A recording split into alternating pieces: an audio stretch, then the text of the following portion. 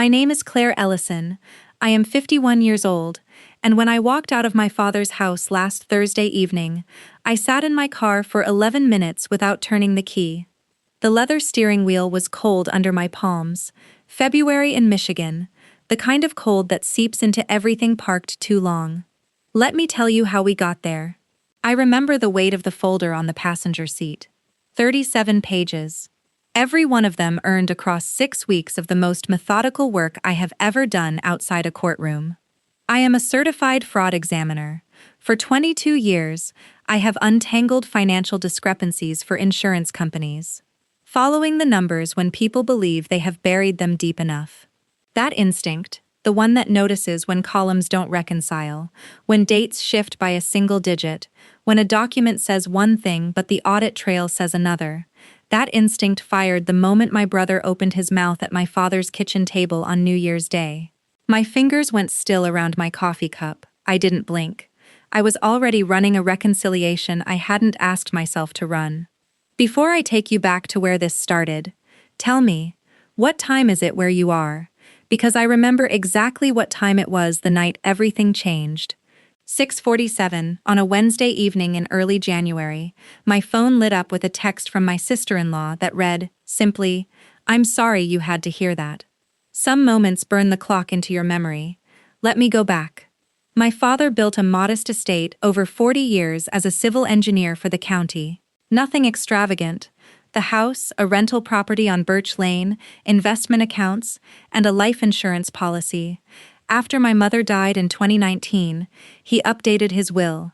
He told both his children, my brother Grant and me, that everything would be split equally between his grandchildren, 3 grandchildren total. Grant's 2 daughters, and my son Marcus. Marcus is not my biological child. I adopted him when he was 4 years old, after fostering him for 18 months. He is now 23, finishing his last semester of mechanical engineering at Michigan State.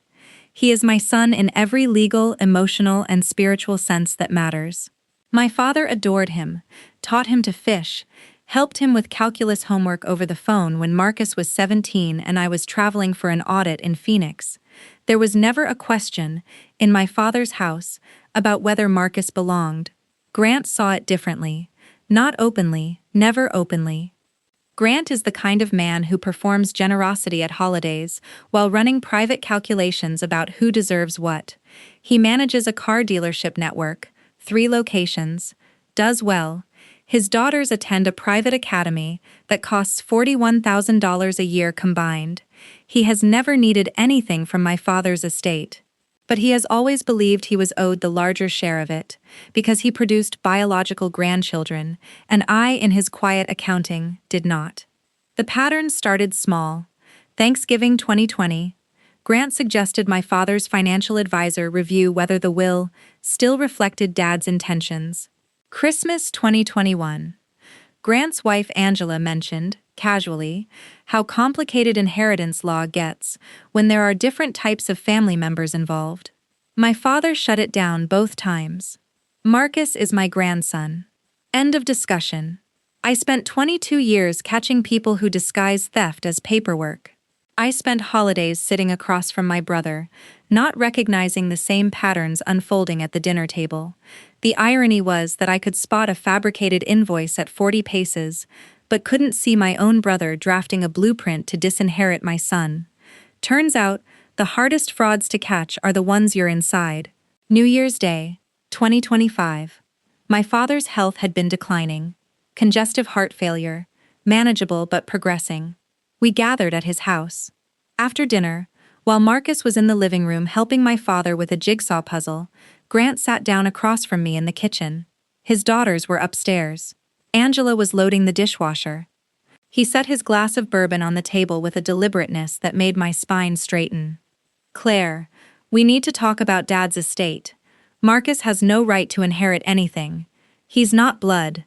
Dad's confused about what's fair, and when the time comes, I'm going to make sure the assets stay in the actual family." He said it the way someone orders a coffee. No heat, no drama, as if what he was communicating was administrative. I held my mug. The ceramic was still warm. I could feel the ridge of the handle pressing into the second knuckle of my right hand. "Noted," I said. He nodded, satisfied. He thought that was surrender. What he could not hear was the decision I had already made. Because the thing about that sentence, "Marcus has no right to inherit anything," was that it contained a legal claim, and legal claims are either supported by documentation or they aren't. In my profession, when someone makes a claim about money they believe they're owed, the first thing I do is check whether the paperwork agrees with them. "The Wednesday after New Year's," I began.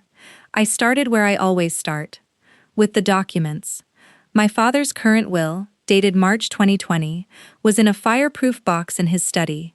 He'd given me the combination years ago. I drove over while Grant was at work. Dad was napping. I photographed every page. The will clearly named all 3 grandchildren as equal beneficiaries of the trust. Grant's daughters, Olivia and Meredith, and my son Marcus. Equal thirds. No ambiguity. Then I requested the most recent statement from my father's investment accounts. I have power of attorney, had since 2021 when his cardiologist recommended it. The accounts were at Fidelity. I pulled 12 months of statements. That was layer 1, the obvious insult. Grant's declaration at the table was not just cruel, it was factually wrong. Marcus was named, legally, as a beneficiary. Grant either didn't know that, or he did know and planned to change it. I suspected the latter. Here's why. The Fidelity statements showed something. In August 2024, a beneficiary change form had been submitted for one of the accounts, a brokerage account worth approximately $340,000. The form attempted to remove Marcus's name and redistribute his third between Olivia and Meredith. The form was rejected. Reason: signature did not match the account holders on file. My father had not signed that form. Someone else had. I requested the original submitted document through Fidelity's records department. It took 9 days. When it arrived, I examined it the way I've examined 3,000 documents in my career. The signature read, Robert Ellison, my father's name. The slant was close. The letter spacing was close. But the lowercase l in Ellison crossed the baseline at an angle my father's hand has never produced. I know his signature. I have watched him sign birthday cards, checks, legal documents, and Christmas tags for 2 decades. The lel was wrong. And the form had been submitted from an IP address registered to Elk Grove, where Grant lives. That was layer 2. The betrayal was not spontaneous. It was planned. My brother had forged my father's signature on a financial document 5 months before he told me Marcus had no right. He had already tried. He had failed only because my father's signature was too distinctive for Grant's hand to replicate perfectly. And that brought me to something that made my throat go tight. And that's what I was carrying when I sat in that car on Thursday night. That knowledge, that weight. I kept pulling. Old emails from my father's account. He'd given me the password when his eyesight started making the screen difficult. I searched Grant's name. In September 2023, over a year before the forged beneficiary form, Grant had emailed my father a draft family estate plan, created in a Word document. The metadata showed the author field as G. Ellison, Home Office. The document proposed restructuring the trust to weight distributions by direct lineage percentage. The phrase adopted dependents appeared twice. My father had replied with one line, "This is not happening." "Don't raise it again." Grant raised it again. The forged form was his answer to being told no. Layer 3. The older pattern. I called my father's previous financial advisor, David Kowalczyk, who had retired in 2022. I told him I was reviewing the accounts under my power of attorney. He hesitated. Then he said, "Your brother contacted me in 2021 about changing the beneficiary designations. I told him I couldn't do anything without your father's explicit written instruction. He wasn't happy about that." Grant had tried 3 times across 3 years, through 3 different mechanisms. This was not impulsive, this was a campaign. Layer 4 arrived on a Tuesday. I was cross-referencing the rental property income, the house on Birch Lane. The monthly rent was $1,800. Deposits went into a joint account my father and Grant had opened for property management. I pulled 18 months of statements. The rent was being deposited, but $600 of each month's deposit was being transferred out to a personal account in Grant's name within 48 hours. For 18 months, that was $10,800 siphoned from my father's rental income. My father's cognitive function was still intact, but his daily involvement in finances had dropped as his health declined. He hadn't noticed. Grant had designed a skimming operation that relied on Dad being too tired to check. The document I found that afternoon made everything before it irrelevant. Not because it was worse, because it was first. The joint account had been opened in June 2023. Grant had been taking from my father for over a year before he forged a single signature. The inheritance scheme wasn't the beginning. It was the latest escalation in a pattern of financial exploitation of our father. I compiled everything. 37 pages. Time-stamped, sourced, cross-referenced. I did not call Grant. I did not confront him privately. I called my father's estate attorney, Catherine Yoon, and asked her to be present at my father's house on Thursday evening.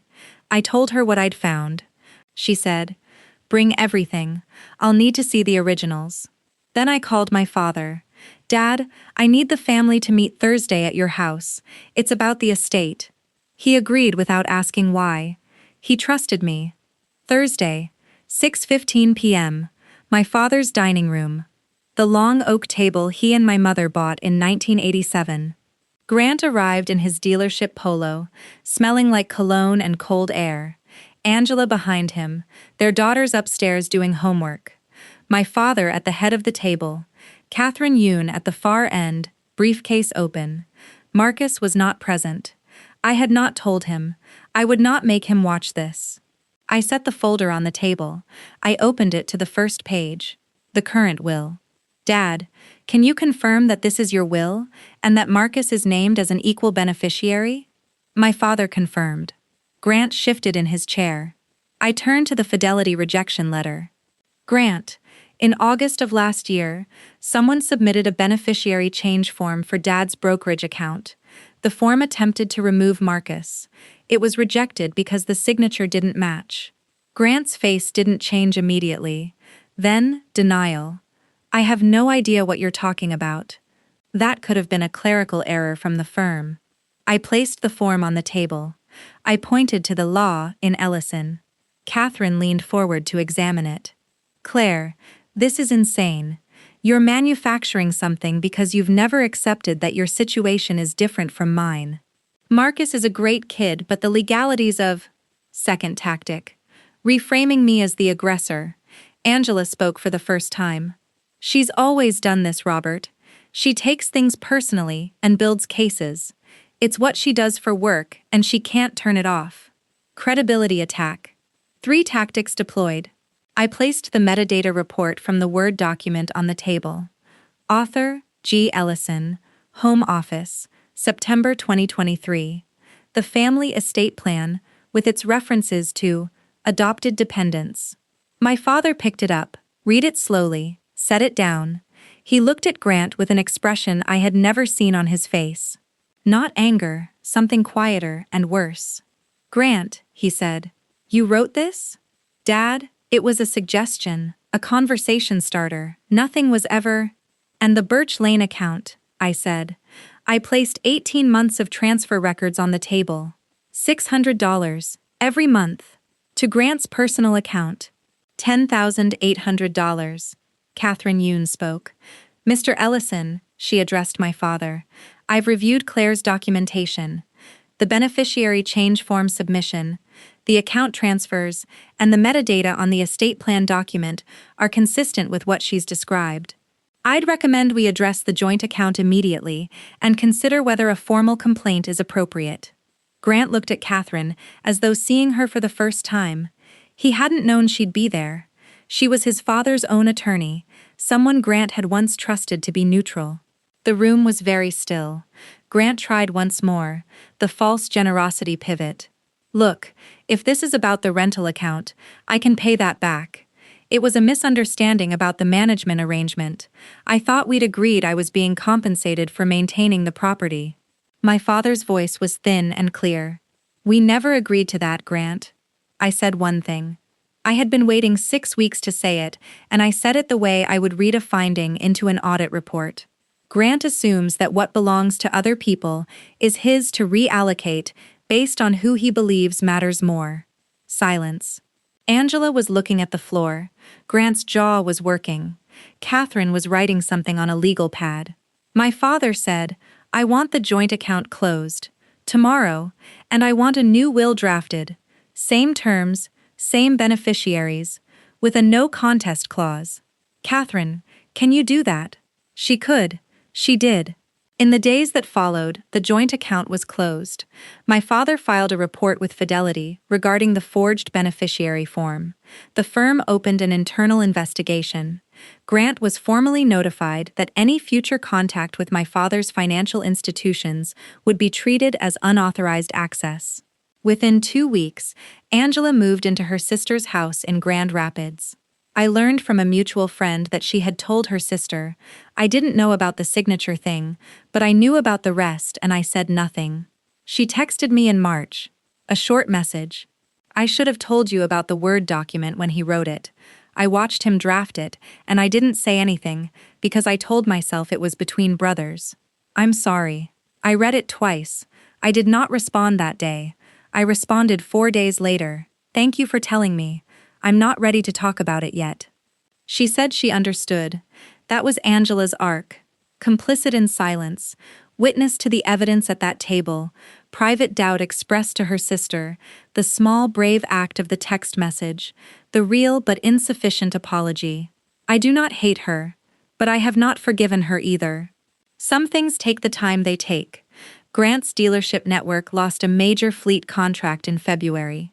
Not directly related, but the timing coincided with his distraction and absence from operations during the weeks following the confrontation. His general manager resigned in March, citing leadership concerns. By April, Grant had closed one of his 3 locations. My father revised his will. The no contest clause was iron. If any beneficiary challenges the distribution, they forfeit their share entirely. Marcus remains named, equal thirds. Catherine filed it and provided certified copies to all parties. Grant has not spoken to me since that Thursday. He has not spoken to our father since February 15th, the day Dad called him and said, "You tried to steal from me and from your nephew. I need time." Those were the last words my father said to his son. As of today, Grant has not called back. I told Marcus in late January. I sat with him in his apartment near campus, the one with the second-hand couch and the engineering textbooks stacked on every surface. I told him what his uncle had said and what his uncle had done. Marcus was quiet for a long time. Then he said, "I always knew he didn't see me the same way. I just didn't know he'd put it in writing." I held his hand. I told him his grandfather loved him completely, and that the will reflected that love without condition. The thing I protected, the thing I refused to let Grant weaponize, was Marcus's belief that he belonged in this family. That was never negotiable. My brother tried to use paperwork to undo what love had already built, and I refused to let my son see himself through Grant's ledger. For 22 years, I have followed numbers to find the truth underneath what people construct. That skill had exposed fabricated claims, hidden transfers, and forged documents for insurance companies across 11 states. It was about to do the same thing to my own brother's attempt to rewrite my family. I think about silence differently now. Not silence as peace, silence as architecture. The structure that allowed Grant to operate for 3 years was built from small silences. Angela's silence when she watched him draft that document. David Kowalczyk's silence after being told no. He reported it to no one. My own silence at every holiday table where I felt the temperature shift and told myself it was manageable.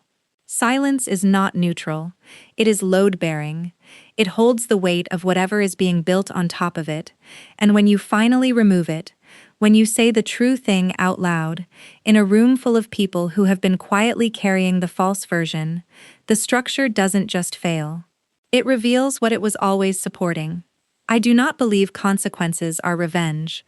I believe they are what was always owed, the natural weight of actions returning to the person who set them in motion. Grant did not lose because I punished him. He lost because I stopped being the silence that held his construction up. Last week, I sat in my car outside Marcus's apartment after helping him move a bookshelf. The engine was running, the steering wheel was warm under my hands, July in Michigan, everything heated through. I sat there for a long time. Not 11 minutes. Maybe 3. Not because I was processing pain, because I was noticing its absence. The same seat, the same hands, a completely different weight. Looking back at the beginning of your own version of this story, was there a moment when you already knew what someone in your family was capable of and chose to call it something else? And what did it finally cost you to stop? This story is a fictional narrative created for entertainment, education, and dramatic reflection. We hope it reminded you that your dignity is not negotiable, and that setting a boundary, even a painful one, can be an act of love for yourself and everyone the pattern would have reached next.